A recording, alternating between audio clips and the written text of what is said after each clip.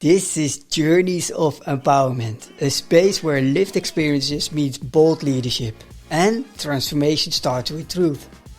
I'm Michiel Sutjetreit, and here we don't do small talk. We ignite what's real and what's next. Before we dive in, a quick shout out to our sponsor, Neotopia. Operations leads know the drill. You roll out new processes, stack on training, tighten KPIs, and still something doesn't stick. The truth? It's rarely the process, it's behavior. Neotopia helps you to solve that gap. In the awareness workshop, you'll discover why solid processes often break down in execution, why learning fades instead of lasting, and how to build teams that own behavior, not just follow the rules. Because change that drains your people won't last, but change that shifts behavior moves everyone forward. Ready to lead differently? Visit neotopia.nl. Some people walk through fire, others learn how to turn the ashes into meaning. In this episode I sit down with Elisa Viaud, organizational psychologist, therapist and someone who lives the dance between intellect and emotion. From growing up as a cultural outlier to navigating burnout at Tesla, her story is a masterclass in transformation through truth. We explored how pain can become a portal to creativity, the courage to embrace your inner outlier, cognitive diversity as fuel for real innovation, and what it means to bring spiritual grounding into high-performance spaces. Elisa reminds us, you don't have to become someone else to be accepted. You have to become more of yourself. And she offers this reflection, one that stayed long with me after we spoke. I believe that the pain can be transcended, or transformed, or digested. And only then, when it's integrated, it becomes a beauty. Let's begin. I would say let's start. Hi Elisa, welcome to Journeys of Empowerment. Hi Michiel, thank you for having me. Of course, and I would love to say finally, and that's the way we started our pre-conversation in preparation of this episode. And I right away said to you, yeah, I have to say this finally, because I saw a lot of beautiful posts coming by in my thread, and I was like utterly curious, and I thought, okay, there will be a moment when I'm going to invite Elisa to the podcast. So that's what I mean by finally. And also meet you in person for the first time, right? Yeah. Yes. That's the funny thing what happened. What's happening. Sometimes you think you know someone already, and only to notice that, only to understand that you even didn't meet each other in real life. So how's the experience offline and online for you? Always better. And in this specific case, really, you notice right away, although it starts with me, it's not about me. It's one of the principles in the podcast, for the podcast. But it's going to be a challenge because it's so easy to have a conversation with you, but also talk a lot myself and share a lot. So I feel very safe around you. Maybe that is one of the things right away. What happens is I feel very safe around you. Likewise, yeah. I had a very interesting feeling when we had our first pre-call. I walked away with the idea that, okay, the meaningful connection for the day happened. So I usually try to reach 3 goals in my everyday in order to have a good day. Mm-hmm. Physical exhaustion, somehow I need to work out, somehow I need to do something. I need to walk, I need to jump, otherwise I feel not comfortable in my body. Meaningful connection, conversation with a friend, with a person where I feel like we're going into depths. And then intellectual stimulation. Either I'm reading something, I'm listening a podcast, or I'm having conversation which makes me think, question, and unlearn, relearn, or change perspective. And with you, the two happened. Wow. Then I went for a workout. So the whole 3 goals for the day were hit pretty much in the first part of the day. The first part of the Yeah. day. Wow. Yeah. Wow, that's a big compliment. And we had a conversation just before we started around that I'm always recording the introduction afterwards to enrich the introduction based upon our conversation. And it made me curious. Of course, you don't know what the introduction will be. I don't know what the conversation will be. Nee, and that's very interesting. So what would be what is your introduction about yourself, introducing yourself to this podcast? I would like to say I would like to show myself as I am, Elisa. I'm 40 years old. I am always considered myself as an outlier. There was something different about me. I knew it. Sometimes it was difficult to blend in, to fit in, and therefore the l'œuvre de ma vie, like we say in French, the whole purpose of my work now is to work with people who either feeling like this in a negative side or who would like to feel comfortable by being outliers. And where are you? And I am, and I actually feel much more comfortable being different. It's never been about being better. Mm. It's about being different and feeling comfortable. Yeah, so acceptance. Acceptance and belonging, and also embracing the paradoxes, the dualities. 2 days ago I had a session with a client and we talked about some sort of a dark side. And we're often ashamed to admit. And I said, remember this old song of Alanis Morissette, when she said, I'm a bitch, I'm a mother, I'm a child, and so on. And I don't feel ashamed. I think for me it was very important to reconcile the dualities, the paradoxes, the dark side, which can push me very far when regulated, when hold back, and the light side. And as long as we pretend being sweet angels and all polished and all good, the realness is missing. And then the dark side is taking over, especially when it's on the l'angle mort. I speak French. Yeah, we will get into that. Most of the time. So when a dead angle, when in a car we don't see, but other people do see it a lot, right? So when we know our dead angles, l'angle mort. So what can I say? I'm a psychologist, organizational psychologist. So I have been part of interesting organizations and companies. I have been part of cultures which I really appreciated and liked. And some of them, I don't want to put a label being toxic, but I didn't feel comfortable. So I know how it is important to be part of the company where employees or people taken care of. I also use coaching tools, so all the certifications, doesn't matter. It's all about the impact. So it's one of the tools I'm using. I'm working with companies, executives, and individuals. And what do you prefer doing most? Is it is it the three of them in a sort of balance, or do you prefer something? I like all of it, because if you ask me, Elisa, can you sit through 40 sessions a week, individual therapy? No, because very quickly I can tell you it comes down to the world is ugly, there is so much pain, and I'm containing this pain. So important thing for me, in order to be fully happy and recharge, I like to have different activities. Couples therapy, yes. Individual sessions, yes. Workshops and HR consultancy. If I have to choose only one, it's not going to work.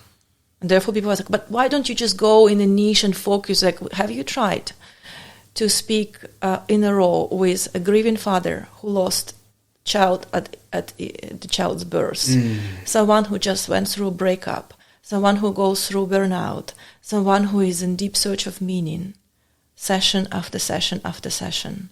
It requires a lot of strength. It's a beautiful work when you see the transformation, the healing, but only this, no. I also would like to focus on people's dreams and achievements and raising Series B with the client who now wants to grow and expand, and his 40 people team now will go to the next level and become 80.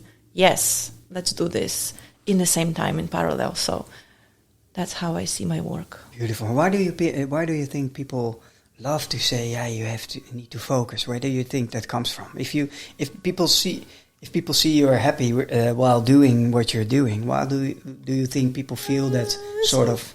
People projecting, maybe because it's a cliche marketing by the book. If you want to be successful, choose the niche, which partially I agree. It is important, right? It's easy to understand what is it you do. However, for me, it's all about the same, right? Being a psychologist, understanding basically how the knowledge of human behavior can help with better networking, with making people productive and happy, and people who are happy and productive can innovate better, can give competitive advantage. They can help basically your company win. How overcome burnout and get back to the flow. It's all about the same. It's behavioral intelligence. Where are we in the process in the second one you mentioned? So when it comes to really, because I'm right away, yes, you're right. Yes, and we have to say that more often, unfortunately. But where are we in its society when it comes to creating an environment where people can thrive and feel safe and help them and helping them become more productive? Where are we in that? I think we're so disconnected from very basic human skills, and we often want to be productive, but we're taken from the wrong side. I'm going to give you an example. I'm receiving an email from a former colleague 20 years ago. In between, no conversations, no connection. This person immediately attaches multiple CVs of himself, friends, wives, whatever, and say, can you help me with this and this, and also invite me for a conference? And by the way, how are you? I've seen your post, but I didn't comment on them much because it requires time. Oh, wow. In one and the same. Great pitch. So, as a psychologist, it's like, if this is how you network, no judgment, okay. But it's what you call minimum investment, maximum ask. If you would have known a little bit of psychology, you would just reconnect, compliment me on whatever milestone in my career. You would engage with 2 or 3 posts, and then I would be the first one asking you, hey, what can I do for you? It's been a while, let's reconnect. But no. And I cannot blame, but most of us, including myself, without understanding and knowing how people connect and what make other person want to do something for you, we just do it. And then it's like, oh, the world is cruel. People don't respond to my messages. What is wrong? What is wrong? Because we don't know how the dynamic works. We do not understand basic human psychology. And how to connect. It is. So for me, connection is, I prefer first to give and then ask. Remember that one. First to give. Yeah. I'm not going to hint anymore. After our conversation, you'll remember this moment, why I made a moment about it. You're giving me this space. You're giving me attention. Okay, I'm receiving it, and I'm so happy. And I hope I can also give something to you and to the audience. You're already doing that, and also in the first conversation. So it's mutual. And how long are you now in this area active in psychology and HR? So I was 17 when I knew that I would like to study psychology, and Long story short, I went to get 1 year preparation to become a doctor. I prepared for the medical university. I even landed a part-time job there. I was assistant of a pediatric professor, very well known. And I knew that I would like to be a doctor. I still kind of sometimes want to become a doctor in another life. And then it meant to be differently. So I changed the trajectory very last moment. I prepared. I went to medical university with my dossier.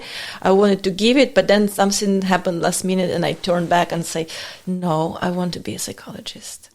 Mostly back at that time, when I thinking back, I should have gone on a very good psychotherapy to understand myself and the experience and how to make sense. But I can't blame myself also, because many people I met throughout 10 years of my studies, they decided to become psychologists instead of going to see one. No regrets, but I knew it very early on that I wanted to understand why, how, and what is the meaning of the whole interactions. Yeah. So the meaning of? The meaning of, I don't want to say meaning of life, but how do we connect? Why certain things work. You know, like people who are studying engineering, they would like to take things apart. Yes, deconstruct. I wanted to take things apart and deconstruct. Why do we experience what we experience? Why do we feel certain? Why do I feel pain? What's the meaning of life? And psychology for me was kind of very scientific, because my both parents are engineers, and science was some sort of a religion at home. During Soviet Union, it was, if it's in a dictionary, if there is a theory, it must be right. So for me, the truth was in the science. And it's written. And it's absolute. Yeah. And it's black or white. I changed this over time. All right, let's dive a little deeper into what fuels you, because there's an intrinsic motivation in you and drive. It is to help other people, and it comes from somewhere. Where does it come from? I often say that we want to give others what we didn't receive. And often the syndrome of savior, I hope I had it in the beginning, but had to work through it. Otherwise, I will not be professional psychologist now. It still will be a bias. I had to understand what didn't I receive and how the pain I experience can be related to people. I feel other people's pain, and my mission in life is to make this world a little bit better, one person at a time, by helping to transcend. It's a very strange word, transcendence, but for me... What does it mean for you? For me, it's a digestion. I often use, one of my dear clients once offered me a beautiful gift. She shared with me a beautiful metaphor. Rubem Alves, a Portuguese writer and theologist, wrote a beautiful book for kids, and he named it Happy Oysters Don't Make Pearls. First I was like, what do you mean? Then I went in the rabbit hole trying to understand what transcendence means. It means when the painful event of a little grain of sand penetrates gentle tissues of an oyster, it creates a wound. It's painful. It cuts through. And then the process of transcendence is when the oyster, layer by layer, surrounds the sand with the perlamutr, the layer by layer. And then the pain becomes a beauty. It's a pearl, which is now very precious and beautiful and rare and unique. So I believe that the pain can be transcended or transformed or digested when it becomes a beauty, only when it's integrated. Give me a few seconds to take that one in. Okay. I can imagine for you also that it was and still we are still work in progress. Do you agree? Absolutely. For the rest of our lives. Absolutely. And, so, at what age did you come to understand that, yeah, you have to work on that? 17. My first encounter with a very good therapist happened at 17, 18, I believe. Yeah, I was very curious to understand what to say to people who suffer. Unfortunately, my parents, these renowned scientists and engineers, after the Soviet Union collapsed, they found another religion, which is the opposite. They went into it's a sect. Let's be honest, it's not a religion, and it was the opposite of science. It was the opposite of logic. It was dogmatic. So for me, it was very important to also understand if there is other way to live, to make a meaning, and to be kind to myself, to heal, to basically experience joy of living without constant shame and guilt. Because in that religion, God was portrayed as some sort of institution which was constantly reading our souls. And the simple fact of being born was already requiring to ask for forgiveness. So whatever you do, just because you exist... Sorry for being born. Yeah, you are a sinner, so you have to ask for forgiveness all the time. And by the way, whatever you think, God is reading your mind, so shame on you for being human. My first, there will be a trigger. You will have to probably put a disclaimer. I will be talking about difficult moment. The first time I wanted to end my life, I was 14. It was unbearable to live constantly in shame of existing. I'm glad that that attempt was unsuccessful. Yeah, me too. Sorry to right away jump in, but me too. Yeah, it was a very unpleasant experience to remove all the sleeping pills I took at once. But then, yes, knowing how it could be unbearable, I always wanted to find a light in the world. And the person who restored my faith in humanity was my first therapist. Before we dived into that, the second time I need to really pause a little. First of all, thank you for sharing. And 14, we've already of course, had a conversation, not specifically about the attempt, but may I ask, was the attempt really to end your life at that moment? Yeah, I would explain it like this. When the pain of staying alive was more unbearable than the idea of just going to sleep and never wake up. At age 14? Yeah. I have tears coming to my eyes when I'm thinking about this time. Of course. And I'm thinking about that girl, Elisa. I have the picture of me at that age on my phone screen. I sometimes talking to her. Because back at that time, there were very few people who could understand this. And unfortunately, my parents were not among them.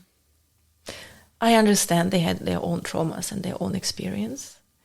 So a few people who were really there for me were a couple of friends and my first therapist, who showed me how sitting in the dark with me was possible, without saving, without rescuing, without telling me it's good or bad. It's just, I understand and I'm sitting there with you and I don't want you to feel better just because it's good.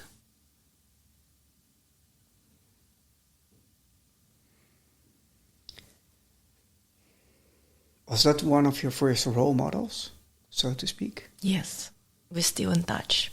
And every time I do something, I see a silent... Yeah. I see a silent... Ah. I think she's very proud of me. encouraging you. And I will send this episode to her. Oh, I know she will listen. Oh, yeah. Beautiful. Yeah, it's been more than 20 years now.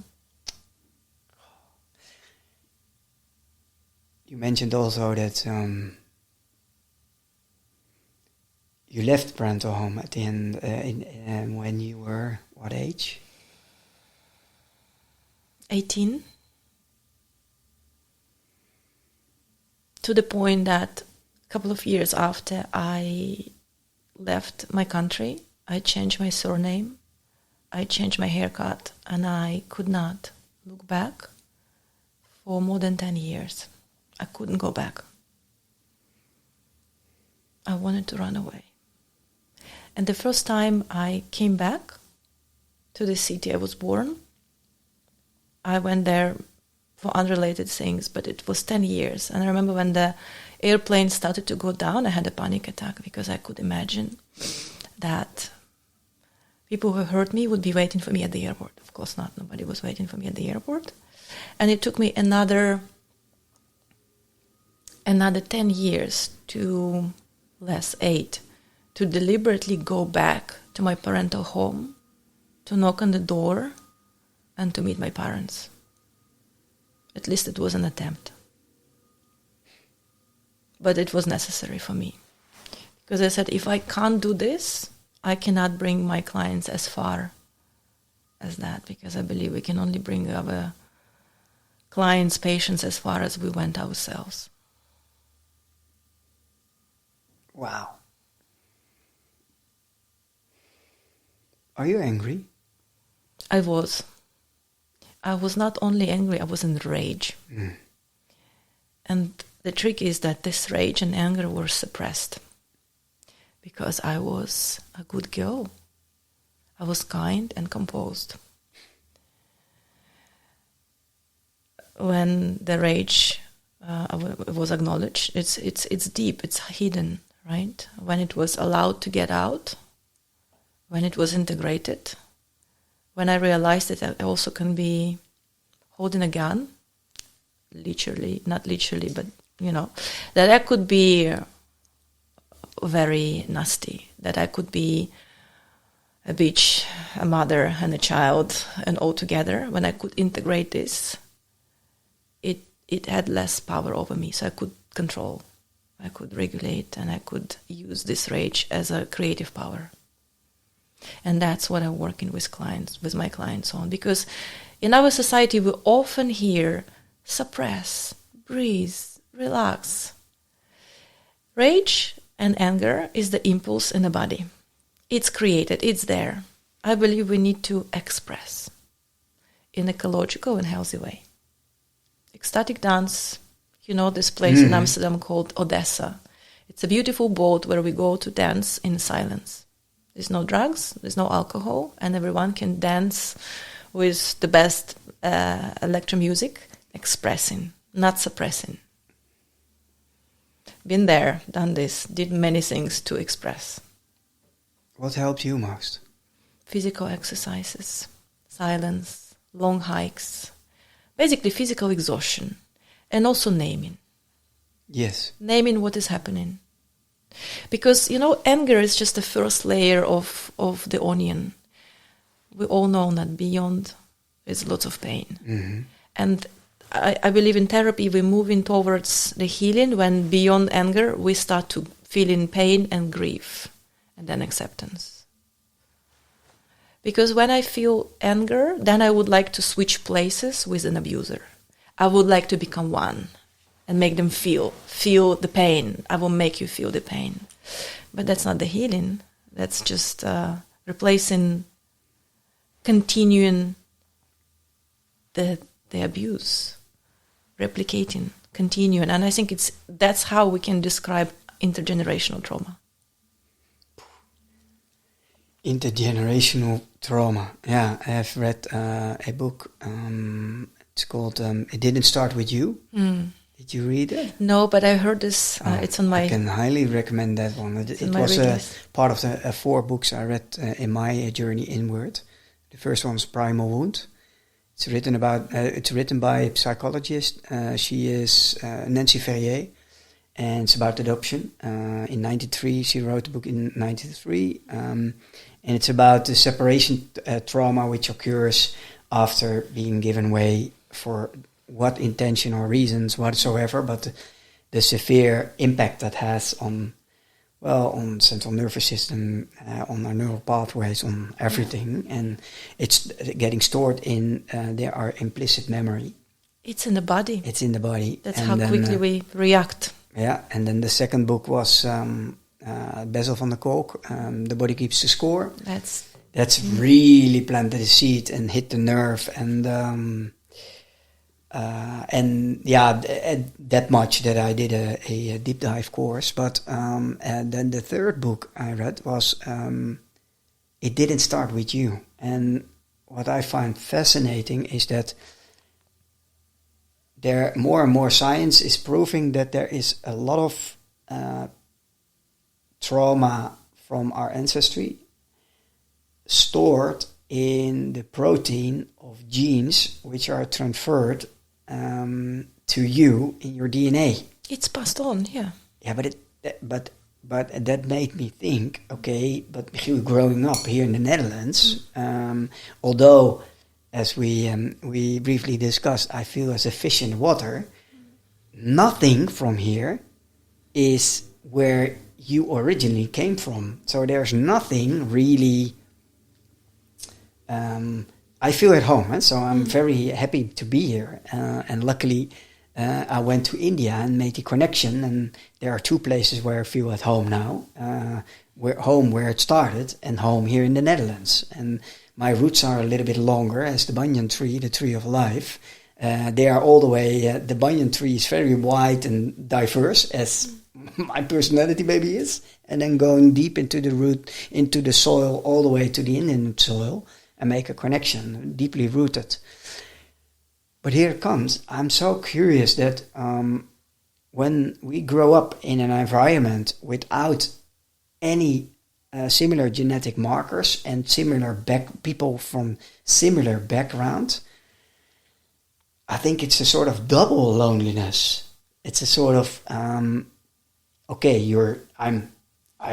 am different, and I try to mask that without even knowing it. So it was unconsciously. I was an unconscious bicultural. I thought I'm from here. Of course, I knew I once.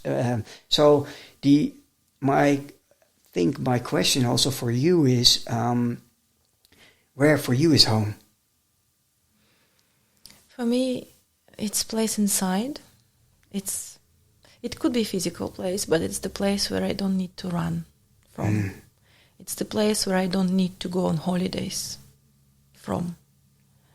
It could be multiple places. It's the place where I feel safe. And where is that? I have a sanctuary in my own house. I have a big, fluffy white chair, which swallows me when I go inside. Either I take a book or my computer and having a Zoom meeting with a friend, or my supervisory call with my supervisor, with my clinical supervisor. It's the place where I rarely work from this place, because that's the place where I retreat from the world. Yeah. Another place is in Canary Islands. I go there once a year for yoga retreat. Oh, wow. It's a hidden place where I don't want to talk much about this because I want to keep it for myself, but it's not a secret. So. It's not a secret, but that's the place where I usually go for a week, where I eat well, exercise, enjoy the lunar scenery, landscape, where I go hiking on volcanoes, I'm trying to make attempts of surfing, and I just keep spending more time on water, and it's very scary because I'm not a good swimmer. But that's the place where I call home, where I can feel safe and I can hide from the world. And the reason also why beautiful, and luckily we find along our way, along our life, some places where we really feel home, right? But also, what makes me curious about your background is that which is your home country? Okay, so I was born in a country which doesn't exist anymore.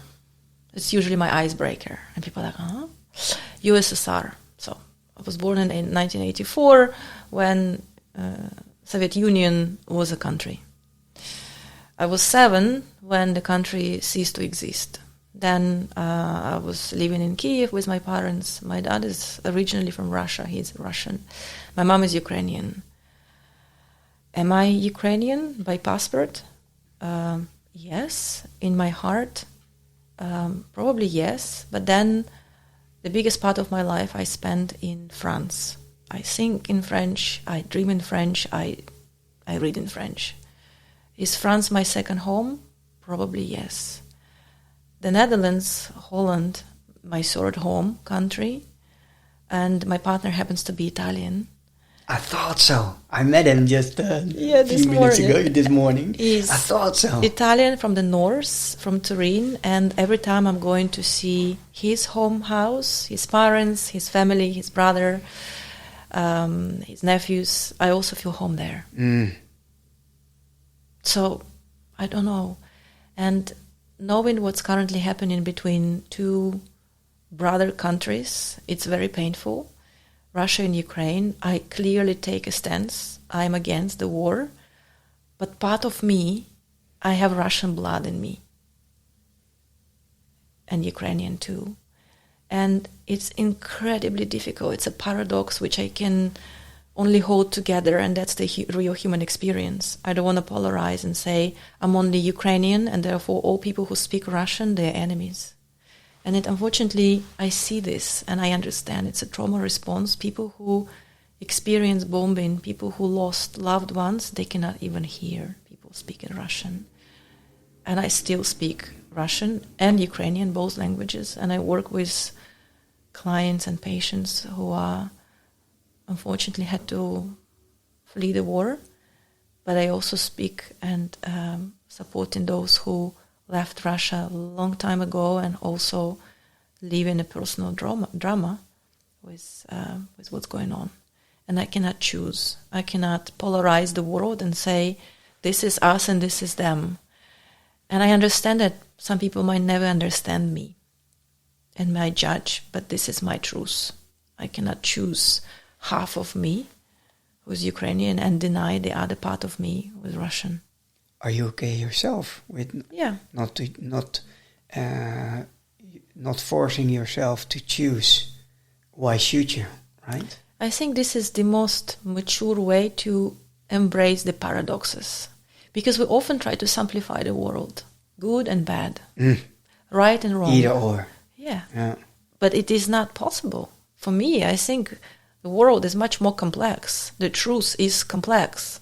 I remember in my first year postgrad education to become psychotherapist, the teacher showed us very famous Monet picture and said, can you objectively describe what you see? There were exactly 16 descriptions, which were very different. Somebody said, oh, I see white, beautiful, crispy snow. I almost can feel it. Somebody said, I see rectangular picture with the white substance. Because somebody who never seen the snow, how can you explain what it is? Mm-hmm. And all 16 versions were objective and were right, because the truth is not universal. There are versions of truth. And what I usually do in psychotherapy, I try to understand the perspective and also hold different versions of it. Because my truth is not truthier than yours. It's the same parts. It's the same puzzles, pieces of puzzle. Mm-hmm. And I don't want to polarize. Yes, it's wrong. Yes, my heart is aching when I see that kids, children, and population is not able to sleep because there is a bomb being dropped by the neighboring country. It's horrible. It's unacceptable. And I have been donating and helping in all possible ways. But I also understand another side, people who cannot change the reality of their own government, who tried, who went to prison, and then had to leave forever because they're not welcome back to Russia. So I always say I will be on the side of pain. and not polarization and political righteousness.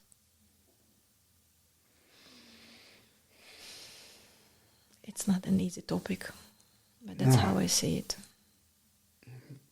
I'm happy that you shared.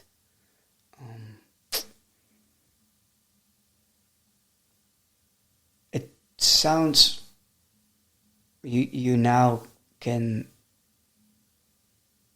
very openly talk about it, but it sounds like a real process to come there and to allow yourself to not to have to choose. And I think I can imagine a lot of people are dealing with some sort of not willing to choose, not having to choose, not willing to be forced to choose. What would you advise? What would you advise people to help allowing ourselves to be who we are and being very okay with that? It's true, it's unsafe to take a stand. And I also had reactions of very good friends and even clients, like, if you ever working with people who are originally from Russia, I cannot work with you. And I totally understand this. I respect somebody else's truth and experience. And I also stand into my truth. And that's what I call integrity. I often represent this as a line with two extremes: rigidity and corruptibility. Rigidity is, this is the only way, my way is right, I will hold to this. It could make us violent often towards ourselves and others. And corruptibility is, wherever the wind blows, I will bend. So I always try to find a way where I'm not too rigid and obviously not too corruptible. So where I could be flexible, where I could be agile in a way that I can understand that in certain situations, someone who would be using my services to scale their operations in Russia and pay taxes, it's definitely no for me. I will not be able to work with this type of client. But someone who left the country 2 decades ago for certain reasons, among those which we're talking about, yes, it's a human. And I will be on the side of pain. I don't have an advice to choose sides or form their own opinion. I believe in integrity. And sometimes we will not be liked for who we are. There's a beautiful book, The Courage to be Disliked. The Courage to be Disliked? Yeah. Wow. And I think we have to put that one in the show notes, right? The author is Japanese, and it's... Courage to be The Disliked. Courage to be Disliked, Okay. yeah. The Japanese, yeah?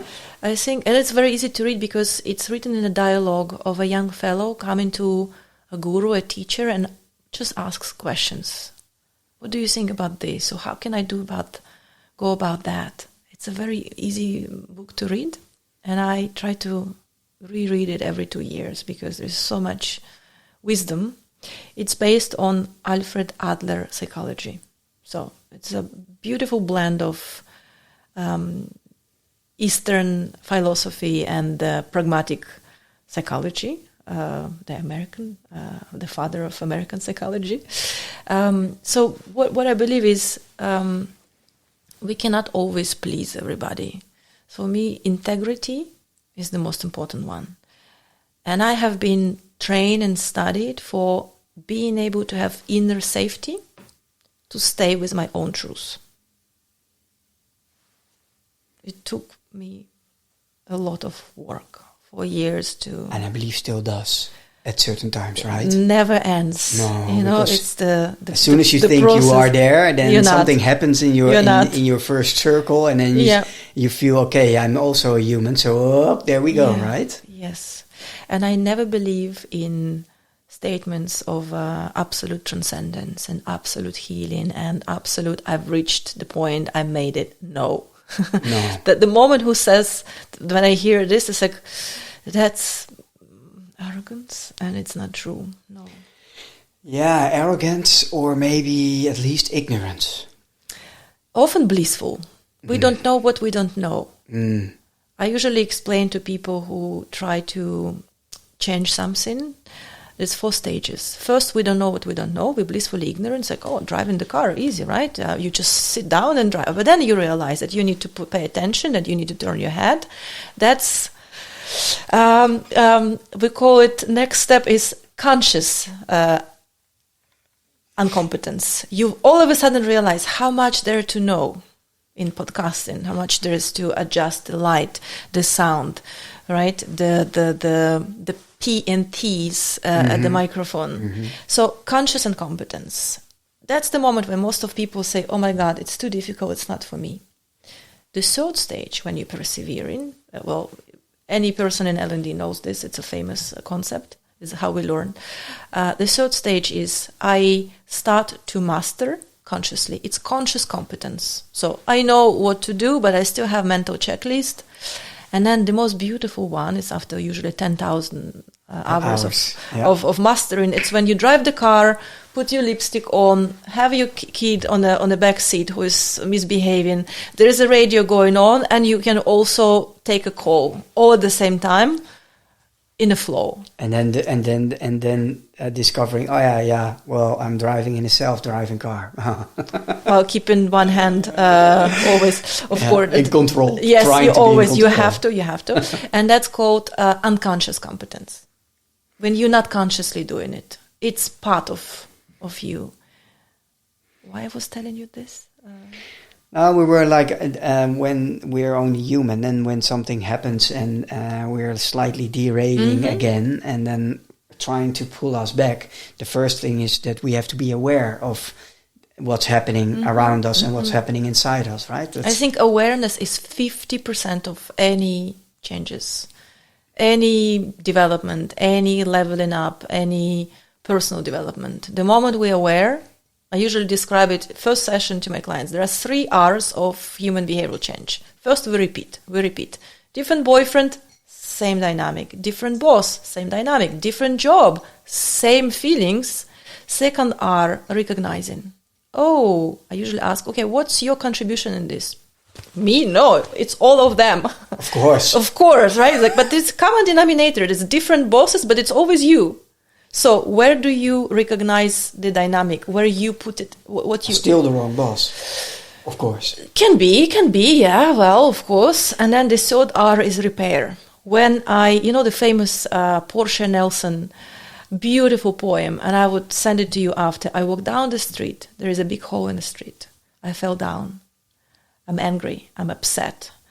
I'm so upset that it happened to me. It takes me hours to get out. Next day, I walk down the same street. I see the hole. I still fell down. I'm still angry. I'm blaming everybody, including the city hall who didn't repair. I'm getting out a little bit faster. Next day, I'm walking down the street. I see the hole. I go around it. I'm smart. I learned. Recognizing, right? And then the other day, I walk down different street. It's a very beautiful one, and it's written in such a beautiful way. So I sometimes send it to my clients like, this is how we all behave. This is universal.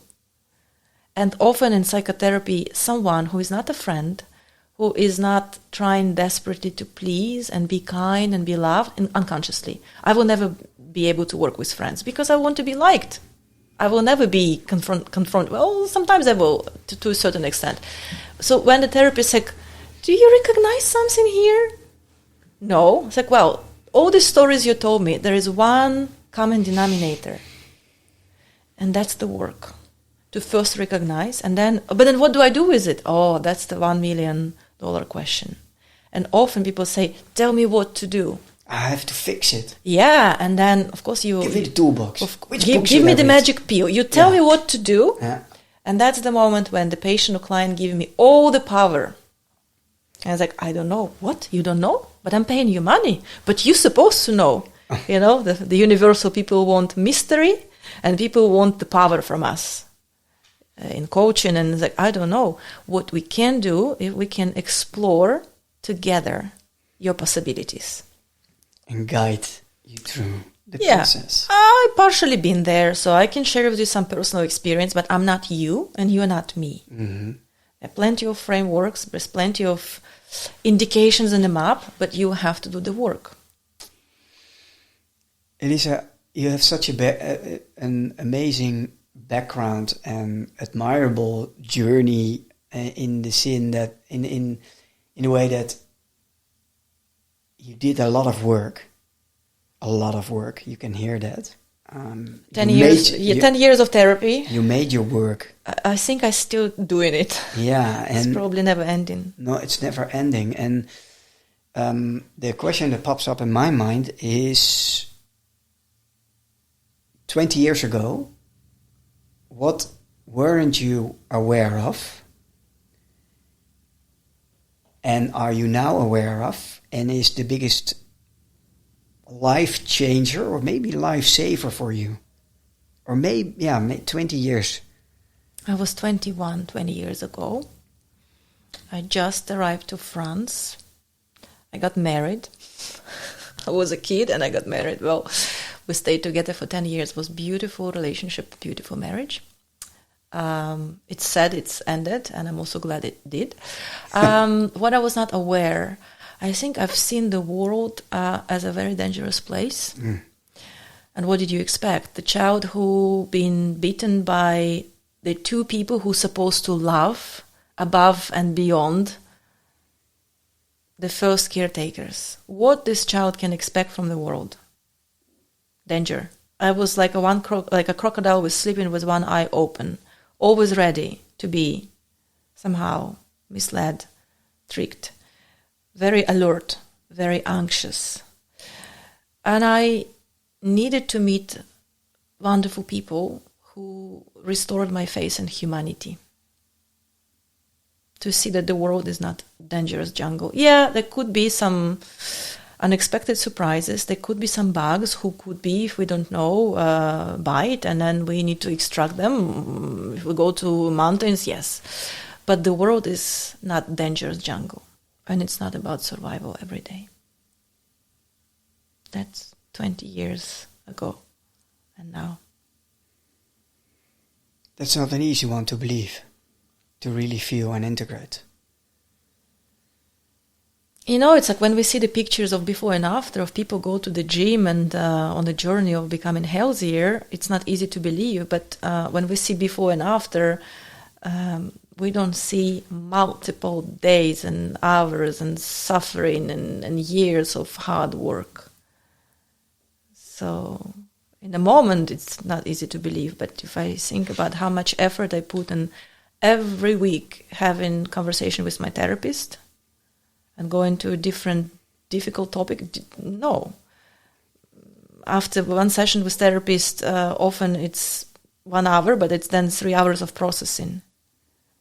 And sometimes having tears in my eyes because all of a sudden we went back to the point which I prefer to forget. And in French we call it cleavage, when we put it under the rug, like it never happened. Why? Right? Because it's painful.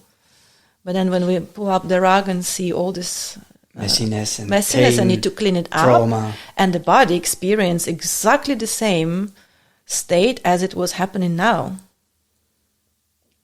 So then, yeah, functioning right after that type of session requires a little bit of quietness and some time to rest.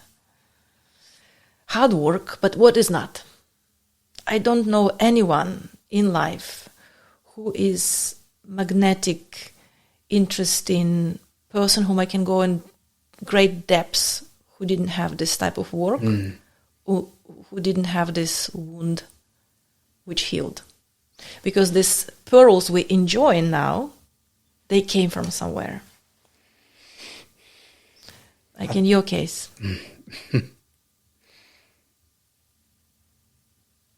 True. I think that's also the part what really instantly clicked. That before even knowing, it's not about knowing, but feeling, hey, wow, feeling seen, understood, appreciated, valued by someone who went also through a lot. If we smell it, I don't know. I think in the future, the science will give us response. I'm still very much into science. I went to study neuroscience for business, not at anywhere, but MIT, okay? Because they know. It's the best engineering school. They know. It was so funny because when they told me that meditation is about the right, I finally believed. Well, so I once was in a tunnel in a car in the south of Italy. The AC was not working. Oh my God, it was a nightmare. We were stuck. And my dog, a little silly chihuahua, is such a character. He all of a sudden started to bark. And I was like, what is going on, buddy? Only 20 minutes after we realized that 20 minutes behind there was a car with another dog. So he reacted to it. He didn't see it. He somehow felt it. Explain it. How? Maybe in 20 years we will find out scientifically that we're all somehow interconnected. And maybe we'll never find it out.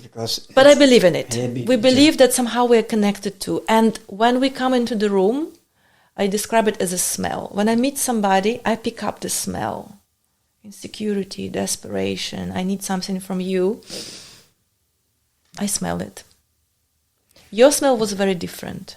It's also how I feel in my body. I trust my body a lot. If I feel serene and quiet and my shoulders are not going up and I'm not trying to take as little position as possible, then I feel safe. That my parasympathetic nervous system, we cannot tell our heart to stop beating, right? No. It's beyond, it's unconscious. Bester van der Kolk explained, the body keeps the score. It's beyond the consciousness, right? Yes, it lives on its own. We feel it. I trust it. And then, the biggest surprise, I learned about this and even confirmed at the best engineering university in the world. So it's no longer my yoga teacher woo-woo is telling me some sort of spiritual stuff. It's part of reality. Believe it. If we believe it or not, it's there. So I prefer to believe in it. Do you still think you need that amount of proof before you believe something? Not anymore. That's great. That's growth. But I had to, because for me it was all about rational. And I realized that for many years I was living, Elisa was just this. It was Elisa's head. Everything which was beyond the neck, under the neck, was just a functional part. Later I found a way to explain it scientifically. Dissociation. Dissociating the body from the mind. Emotions. So for me, I see the therapy as the moment of integrating our thoughts, our feelings, emotions, and our actions. Because often what happens, I think one thing, I say completely different. You feel something different? Completely. And then, I would like to spend time with my husband. I'm telling him a nasty thing, which gives me completely different outcome. And deep inside, I feel the terror of being abandoned. Without working on acknowledgement and integrating, is just an example, we cannot achieve good quality of living. We cannot. That's what I explain my clients and patients. Like, therapy is not for wounded people. It's people who want to have better experience in life.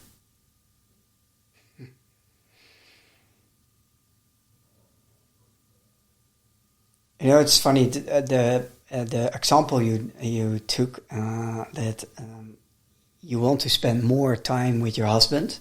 You say something which ultimately led to the opposite. I will blame him. And then it's so funny. It makes me think about my own relationship with my beloved Floortje, and I love her to death. And she's amazing in so many ways. And but sometimes our arousal is really working against each other, right? And then you want something, and also you feel that you need something, but you have to find a way to also allow yourself to ask for it instead of fighting first or whatever. Yeah. And It's interesting. I love being a human, right? And we are all can go very easily outside of our window of tolerance in the hyper arousal or hypo. Yeah. Once we understand what first needs to happen to get back to the baseline, and often is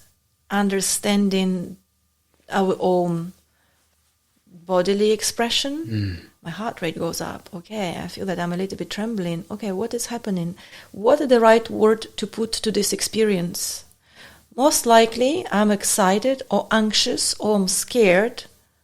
Okay, self-connection. And then, what is the need underneath? Then I can ask for it. But often, when one person is triggered, from this standpoint, nothing good gonna come out, because the other person will probably have to be very trained to read in between the lines. It's possible. That's the mastery of like, is this what you're feeling right now? Is this what you've experienced in your body? Yeah. Okay. That is what you need right now. Yeah. I think so. That's the most beautiful moment. But boy, it takes years to be trained, and also for the partner to be able to do this with one important condition, that he or she is also not triggered. Because what is your piece of advice if both are triggered? You know one, the Viktor Frankl one, between the stimulus and reaction. Response, space, and the space could be physical. I'm not abandoning you. I will just go for a walk. And I will come back and we talk. I usually explain to my clients, this is a rule of time out. At least 2 hours, and the person who called it needs to come back and say it's over. It should never be more than 24 hours.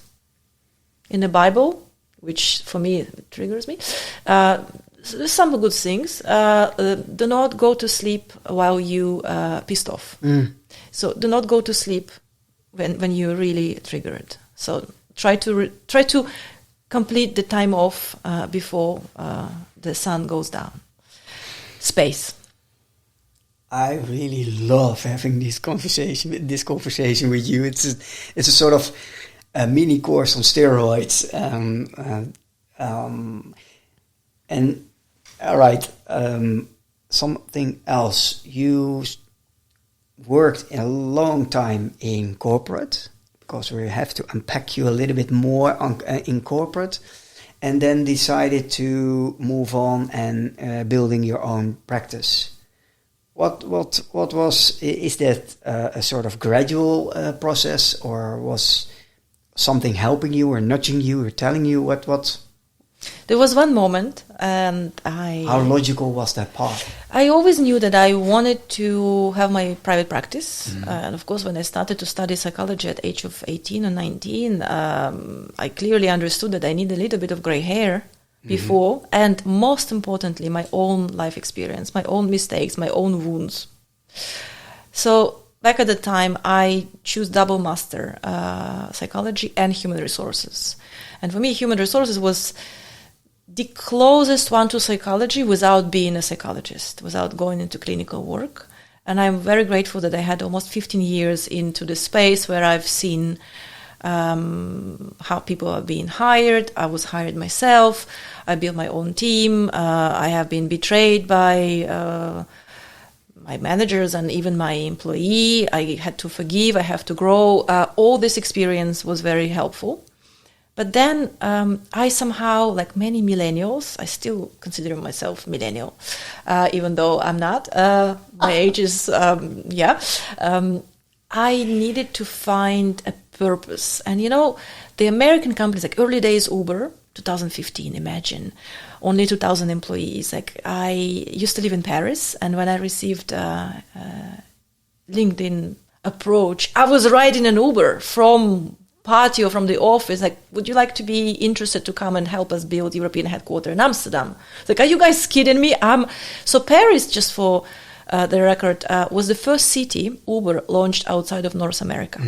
So I was an early adopter. I was already using it. And when, when they say when there is a place in a rocket space, don't ask where and how, just come. It just happened to be in Amsterdam. So I said, of course not. I'm living in Paris. I see Eiffel Tower from my window. Are you kidding me? Amsterdam? I've never been in Amsterdam. It's for tulips and it's raining.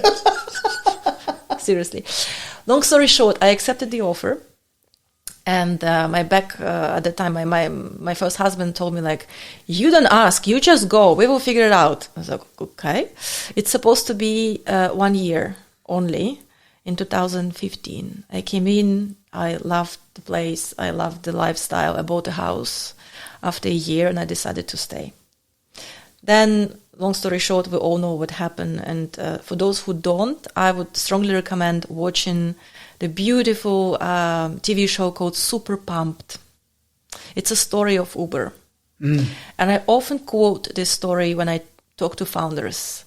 The first scene, Travis Kalanick is asking on a job interview a candidate, are you an asshole?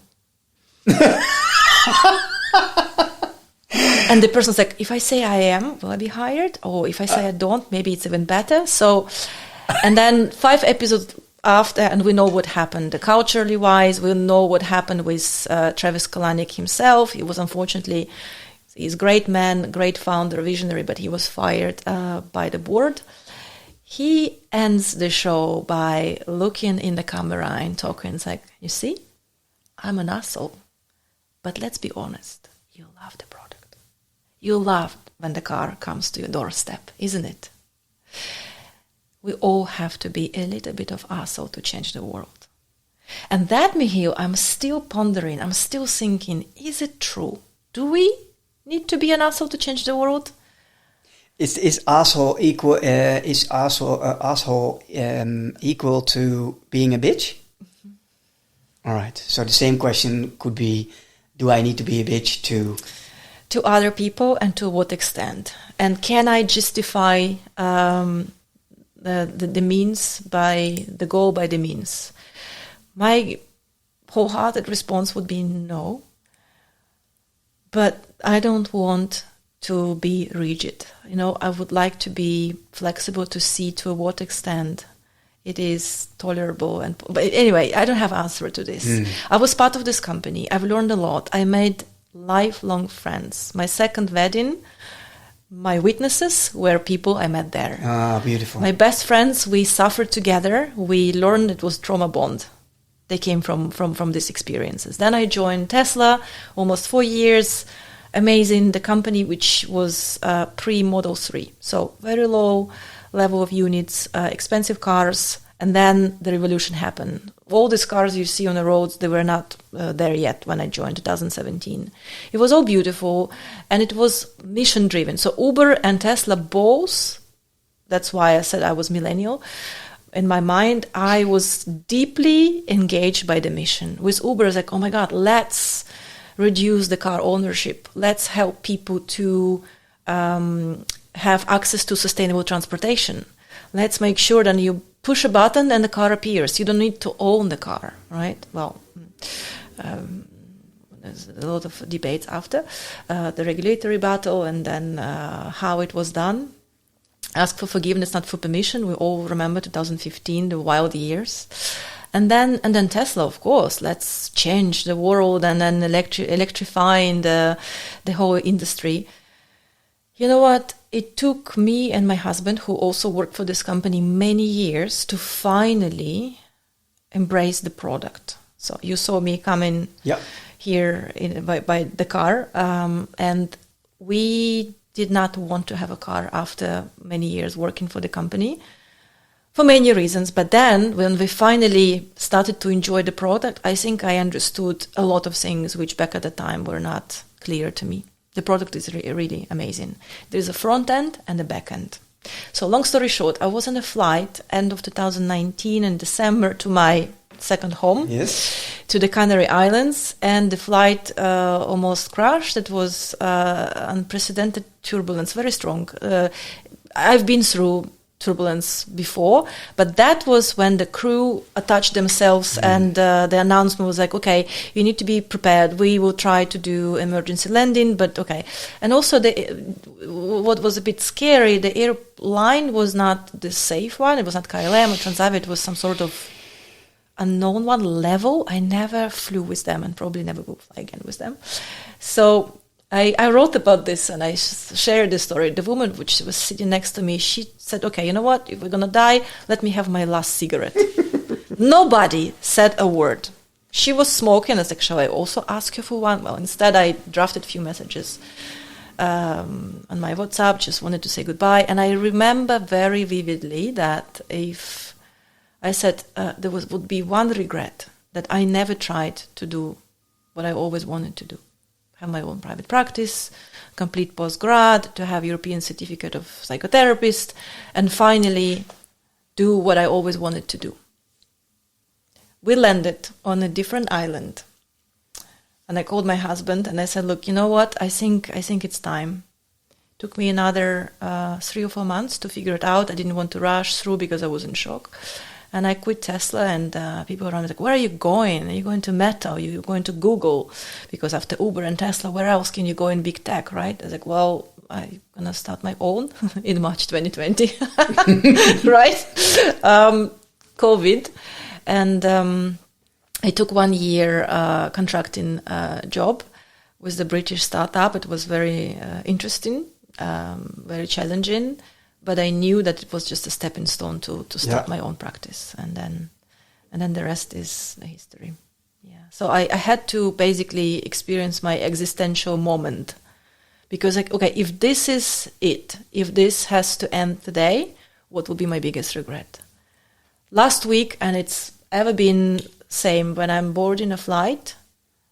We're flying often to Italy, and we're flying above the Mont Blanc, above the mountains. We like almost can feel them. It's like, somehow I prefer if there will be a crash to go into the sea, but not in the mountains, because it's cold, there's snow. Before they will find us, it will be forever. So I always ask myself, like, if this day comes today, what are my regrets? What would I do differently? Not much. Not much. Not much. And here's my challenge for you. You didn't expect this one coming. Okay. You didn't see this one coming. Okay. Imagine yourself taking the next step. And the next step, because I really believe from deep within that there is a space in podcasting for you. And I've been thinking about this a lot. And let's try, while we're heading towards almost a little bit, I could talk easily for hours with you. I love this, but let's try to imagine the first episode of your podcast. Oh my God, now it's the worst accountability, because you make me say it publicly and then people will say, so... You're the captain of your life. There's no obligation. But I like it. It's getting real. It's getting out loud. Yeah, but there's a reason for this. Is the same kind of nudge you receive from your friend. I receive from my big, deep friend, Johan, Bless at him. the right timing. And I believe that if we start imagining what would be the first episode about, try to imagine. I would want to talk to people who are utterly weird, who are outliers, who are very different, who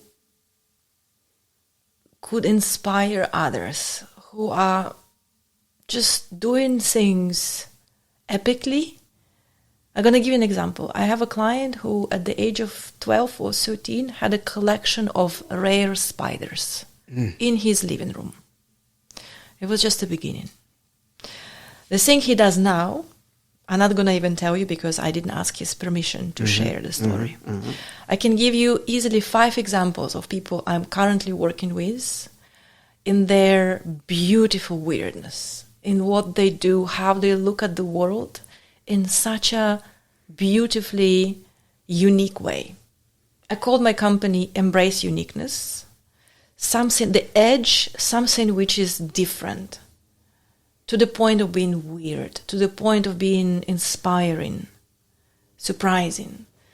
I would like to have conversations with these people, selfishly to learn from them, and also let them share their stories to make other outliers hear the story and feel that they belong. There are people like them. They are not awkward and strange that they fit in the society. They don't need to be alone and hiding. Yeah. We all fit in humanity. Indeed. And we are all unique in our own ways, but we belong to humanity. I agree with you. And yet sometimes we somehow experience the influence that you need to fit in. For many years I've heard cultural fit interview. No, it's cultural enrichment. I don't want people looking at me who look differently. Okay, we nailed this. Diversity, okay, but how about cognitive diversity? I want them look differently, and I also want them think differently. Because if they think same way, it's going to be boring. Boring, and okay, let's make it even in a business, translate it into business. Let's talk about bottom line. Which competitive advantage we will have if we cannot innovate? If we think in the same way? That's it. For me, the essence of diversity, equity, and inclusion. And at a certain point, I had so much noise about this, so I went to Yale. I said, okay, you have 12 weeks program. Teach me finally what it is, because I want to understand. After all the lessons, I walked away with one thing. This is, among many beautiful things and human, for the business, if you want to survive, you need to innovate. And you can only innovate when you have diversity, cognitive diversity, people who have different life experience or who can bring completely opposite perspective. That's the essence for me. Everything else, quota, perception, it's BS, pardon my French. At the end of the day, if you want to be successful in business, you need people who will innovate. And people like this can innovate. That's it. Point. Too pragmatic? Maybe. But this is how I usually explain founders who's like, bottom line, money, the final goal. It's like, if you want this, start there. Start with people. One last question. Where does the urge come from to say to yourself, too pragmatic? I'm holding both business. Elisa works with business, credibility. That allows me to pay my bills and then enjoy my work with couples, with teenagers who are sometimes lost after oh my God, Michiel, after COVID, I see those who are now 20, 21, 22, 19.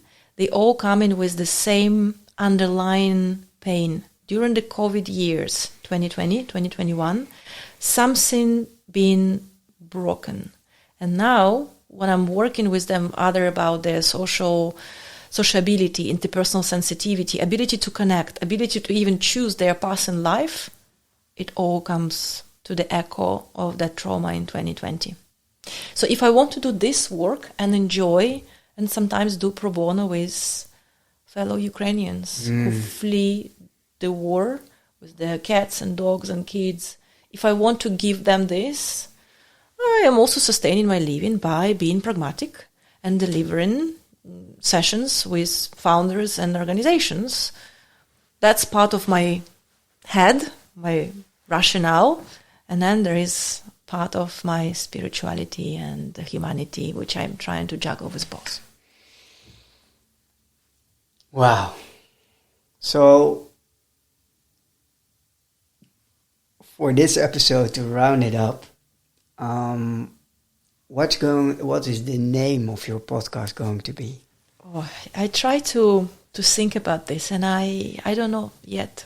Something about unique, something about empowerment is already taken. Thanks. See, it will be a difficult one. So maybe not. Let me tell you about the process. Yeah. Every time so my first husband was entrepreneur, and when we needed to take a name, find a name for a product or a company, we did the following. We invited all the friends for the garden party. We had lots of champagne. Now it's been 3 years. I don't drink at all. That's the reason. Another topic for another conversation. Why? And we would brainstorm till the night is young. We will write down all craziest ideas, and at the end of the night, we will come up with an incredible name. So if I have to do this, you will be invited. Beautiful. For the party. There will not be champagne. There will be champagne, but maybe not for me. Not for me too, And I'm now almost 2 years, 100% zero tolerance. So welcome to the club. Yeah, it's but I would love to. And maybe the name is closer than you think. I think it's somewhere lingering. I just need to catch it. But I'm not going to name it. You have it for me? Yeah. No. Yes. What do I need to do to get it from you? There's nothing you can do. It's not about doing. It's not about doing at all. I'm taking this as a gift. It is. I will give you your gift in a few minutes because I have a gift for you. I already received it. Undivided attention, deep conversation, meaningful connection. And I sincerely hope that this conversation can bring value to our listeners. I really hope, as you said, if there's one person who could resonate, could hear something useful, that would be my ultimate feeling of being useful. Yeah. Valuable. Then I have one thank you for sharing what you just shared. And then my last question, maybe to end our conversation of today, is I only can imagine that there will be a lot of people, and also younger people, who are listening to our conversation and maybe are in the similar sort of situation. How can we help somebody who's in the situation of feeling the urge to commit suicide or to flee from home? How can we help a person who is in that mindset, in that horrible situation?